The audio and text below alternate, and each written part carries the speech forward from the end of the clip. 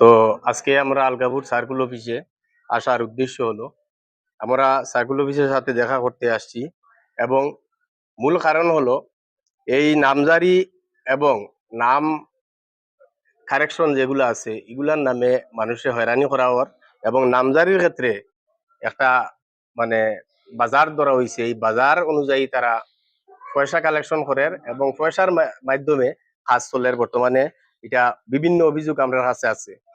তো এখানেও আমরা একটা মেমোরেন্ডাম নিয়ে আইছি সার্কুল অফিসারের কাছে। আমরা জানতাম এইসব কার্যকলাপ কেনে করা হয় এবং সাধারণ কৃষক যারা এই বাবার সূত্রে জমির মালিক হয়েছে এরা নামজারি হবে এবং বিভিন্ন পুরানা দলিলে ঠিক সঠিক নাম থাকা সত্ত্বেও বর্তমান অনলাইন যখন করা হয়েছে সেই অনলাইনে নামগুলা ভুল এসেছে। এগুলা সরকারের ভুল, এগুলা পাবলিকের কোনো ভুল না। দলিলে যদিও সঠিক নাম থাকা সত্ত্বেও কেন এভাবে ভুল আসলো? অনেকের টাইটেল নেই, বং বড় ভূঁইয়াকে বং বলে এখানে উল্লেখ করা হয়েছে নতুন যেটা অনলাইনে এসেছে, এবং এই অনেকের টাইটেল নাই। এইসব মানে অসুবিধা দেখা দিয়েছে। এই অসুবিধাগুলা কেন করা হলো? আগের যেগুলা দলিল ছিল সেই দলিলে সঠিক নাম থাকা সত্ত্বেও কেন এইগুলা পুনরায় ভুল নামে আসলো এবং কারা এইসব করালো সেটা আমরা এখানে জানতে চাই।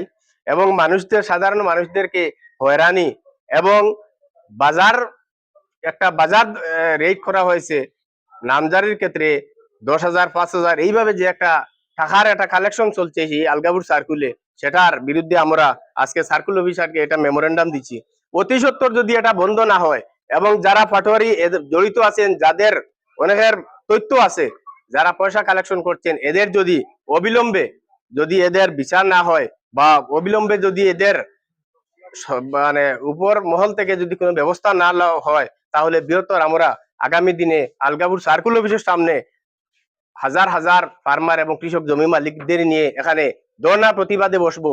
আমরা এটা হুঁশিয়ারি করে দিচ্ছি, যারা আমলা রয়েছেন এই সার্কুল অফিসে তাদের বিরুদ্ধে অনেক এলিগেশন আছে এবং বারবার আমরা অভিযোগ পাচ্ছি। সেই অভিযোগকে হুঁশিয়ারি করে দিচ্ছি যাতে এই দ্বিতীয় দিন যাতে এই সাধারণ মানুষদের হয়রানি না করা হয়।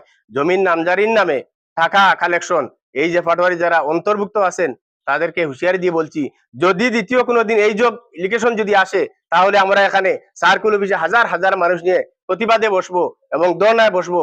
কেন সরকারের এই সরকারি ফিজ ব্যতীত, সরকারি যে ফিজ আছে সেই ফিজ ব্যতীত অন্য 1 টাকাও কাউকে দেবেন না।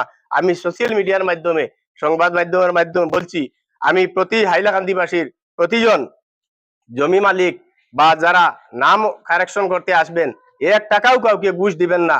যদি ঘুষ কাউ চায় লগে লগে তার ফটো এবং এভিডেন্স রাখবেন, দেন দেয়ার তার উপরে অ্যাকশন হবে। এবং আমি হাইলাকান্দির জেলাধিপতির সাথে আজ অথবা কাল দেখা করব, সে ব্যাপারে আলোচনা করব কেন এইভাবে মানুষকে হয়রানি করা হয়। সরকারের এত কড়াকড়ি সিস্টেম থাকার সত্ত্বেও কেন এইসব দুর্নীতিগ্রস্ত যারা পাটোয়ারি রয়েছেন, যারা আমলা রয়েছেন, তারা কেন এই সাধারণ মানুষের উপরে অন্যায় করেন? এটা জমি কেনা বেচা নয়, এটা পিতৃসূত্রে জমি ওরা পেয়েছে, এদের বাবার সম্পত্তি পেয়েছে এবং নাম ইচ্ছাকৃতভাবে নাম যেগুলা কারেকশনে আসছেন এরা ইচ্ছাকৃতভাবে এগুলো নাম করা হয়েছে। আগের দলিলে শুদ্ধ নাম থাকা সত্ত্বেও নতুন নাম আসছে ভুল। এটা কার ভুল? এটা সরকারের ভুল এবং এই আমলাদের ভুল। কেন সাধারণ মানুষকে হয়রানি করা হবে? আমি দাবি রাখছি অবিলম্বে যাতে যাদের নাম ভুল এসেছে এটা পুরানা দলিল দেখে কোনো তথ্যবিহীন ভাবে এটা সংশোধনী করা হোক, যাতে এখন বর্তমানে যেভাবে হয়রানি করা হচ্ছে প্রতিটি ব্যক্তির নামে এফিডেভিটের নামে খরচ করানো হচ্ছে।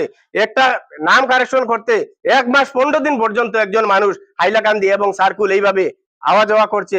কেন এসব করবেন?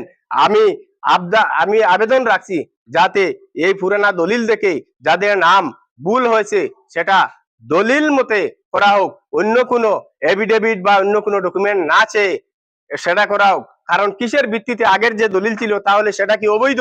যদি বৈধ হয় তাহলে এটাকে আগের মতো বহাল করা হোক। এই বলে ধন্যবাদ।